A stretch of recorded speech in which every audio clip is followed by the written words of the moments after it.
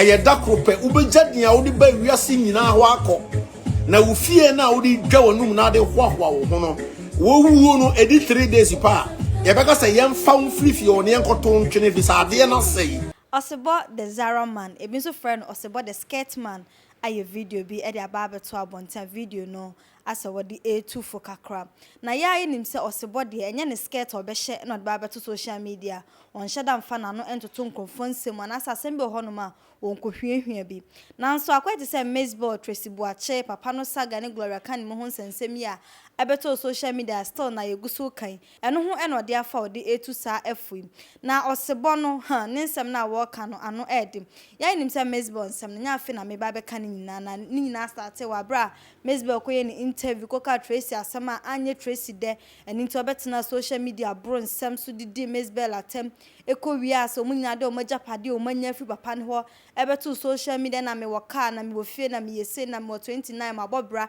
ene ho nsem bebre ama Gloria Canning so be so ene ekoso eye ex president John Dramani Mahama so still na ye da so aye kan wie ye eno na Osebo se ewiase de ehunya de ye mfa nko ba bia ena wuti wiase na wubu nipa eye esan se asam to a ye kase yensom na se yemra nipa ene beba enye emmoa ene beba na ye kohwe mochre emanfo mawuo honom ajapade omowo omhokrompo efesen omo na so omo nkasaaye na Ghana ha say de ni wiase fa na ba bia no omo ni bi ene kasa just empty barrels make the most noise no no cray pa because the scaffold enkasa na so omo nyomo bi fia bi no betena social media ena me we na me ese na omo san edi twampo agba akutia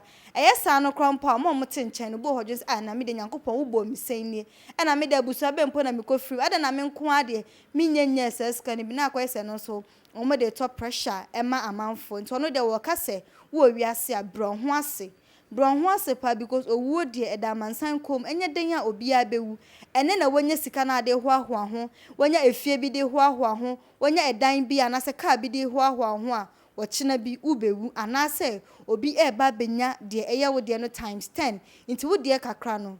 ye din na tenase emfa hoahoa ho emeta social media enye dede na ebi mo ho so mummu panin obinya ne credit 1 cedi 2 cedi bia wada betena online ne pani bia nka obetimi awo na na ase pani bia nka obetimi tu uniform na ten obedi na tempoto ya ne nyina sa ne ma no ye nyan na emmoa ye na ye mmoa nipa ye no do nipa so bia wade krampo na ni kwan se obetena ho ka se na we ayem si na obedi na tem sa ne ma ne nyina emmoa de oka nyina ne tintintete nyina ne se owuo da ho ma mansan nti wo wiase asonson ho eni pani bia tem hwe ho so ye na wo nyade na wo de pre wo ho no wu a ye mfa nkosie wo fie na anasa wo ka bi na wonya no ye unwu ma yenka o ena yade da no sa fie kro na nko ye beka se ade no sei ade no asai nti momfa no nkoto ntwene na ene de wakoto atwene awudom yo setafo asie yo nti we de wakachiro bia se obi amren ho ase na onsonson ho meme nko show se bo video ni emra na me ba ye beto aso me no beka assembly afa ade bia efe no ahantan ahomaso ahantan ni ahomaso enene Don Papa Richie me no ba bedi hu nkomo so nipa ultina wiase na wo ye ho se wo ba ya ahantan wo ba dia sasa kantan so wo dan bi awo wo ka bi awo enti wo ba nipa nyina hu se wo de wo no obi ni bi amenkan tro owuo eda ho ma wo dakro pe obekata wani eguso na ufie na wode dwa wanum o ka na wode ya hantan no enipa na wonfa omunya hwe na womu nipa na wani nsu ade na wode ofi se Samson wo fase no na wo odensi na obi ase enti de ebaka bia no wonfa no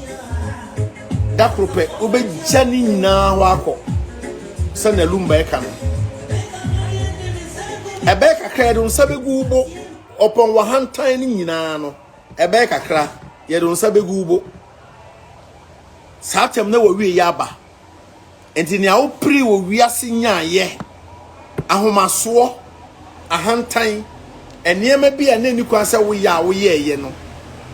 ebe kakra no uru nsa begu ubo na wo begya sa niema ni nyina ho akọ wo begya sa niema ni nyina ho akọ enti die enti na wo ya hantan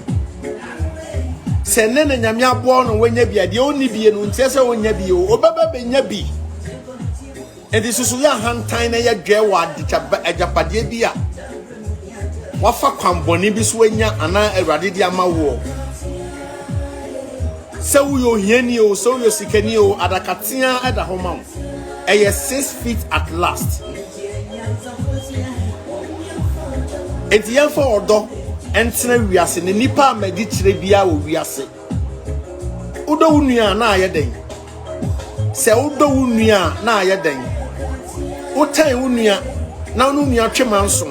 na wunua nya ntokwa anopa ewie ne anwumra adie na obenya woso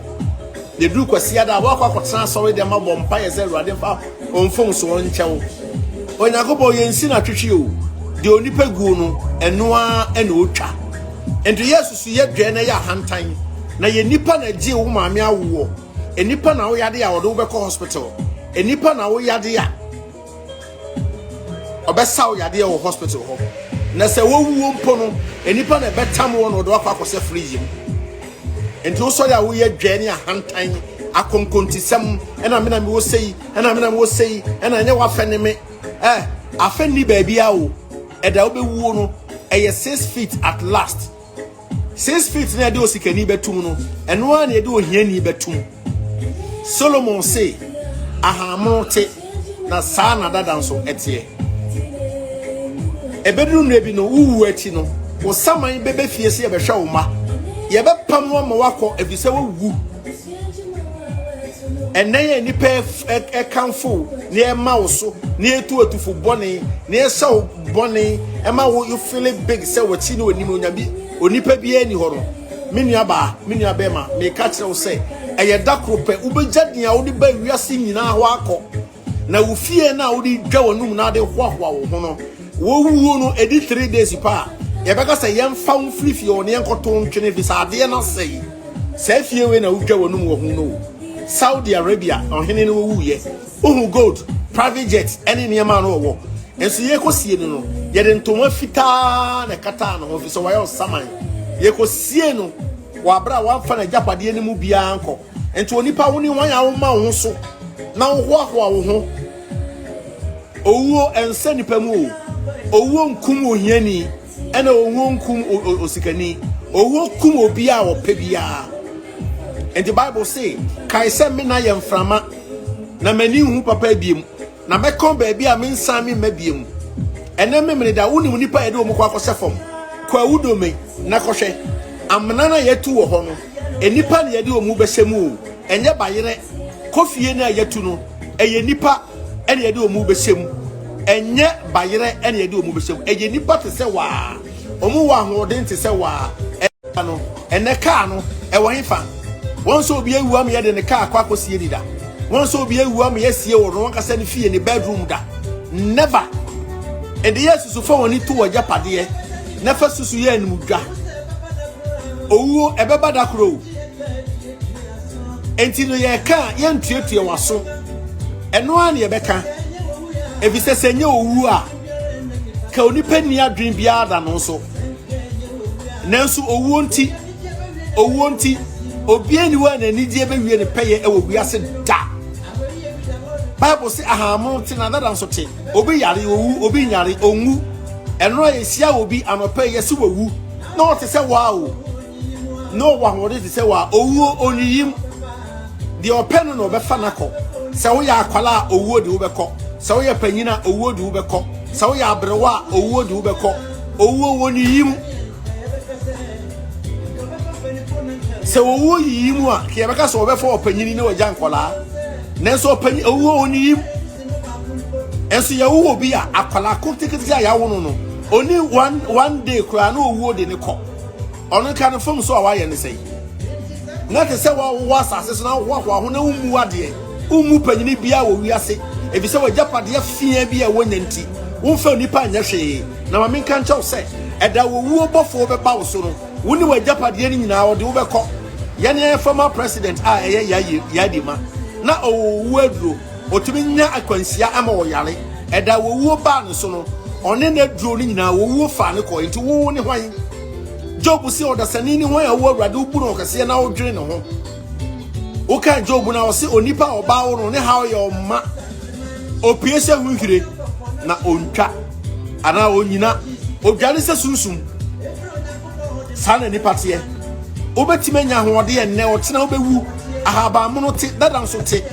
abusanfo said osebo ese no na ne nsem we no kan ya Ghana for ka se we die Tracy Boache Miss Bell Gloria kan ni omo makeka ho nyina na wode se afutue emo na so enye ono nkwa we die wode ma ye nyina ye ntie because osebo asem ne die ekoma ye ye wo wiase ana se Ghana for nyina because wo wiase de a ampa e wo se wo pani e wo se wo bro ho ase ye pa because se ye hwe de we social media na ekwa akola emu pani na mpanifo ni bi nso emu omo ho ti mpanifo no mumu ho se de be ya enkola no nso ebebum because akola ka asem bi che pani na hwatim se we die anka wo ben no krompa na se nka ne busue na nka menyi ni se obekasa na so de wasem ebeto abonte a na obia enya bika because se de mpanifo tai ka se osono to form abo bia ebo ni bi no eye no kre se nka wasem ba ye e na wanfa tena wo fie anka ne kakra bi e na we nyina amanka obi nso ntena ba bi emedidi watama na so bi emeka bi because owo de e da mansan ko se de osebo aka no moma yenti na so pampa bi mu kompo ka so be de wada ne motivational speaker na so no kre e na wo kan se owo de e da mansan ko busa for me de men kasa pi ahia na me de men nsem ne ebesi me de ne ka chire na akosia Miniano Maya Fremi Emilia Brobe. Bosumene so ne Maya Buyensa. Ye fichi komuno yana ye TLP. Ene be the solution no abremo. E ye menstrual cramp pack.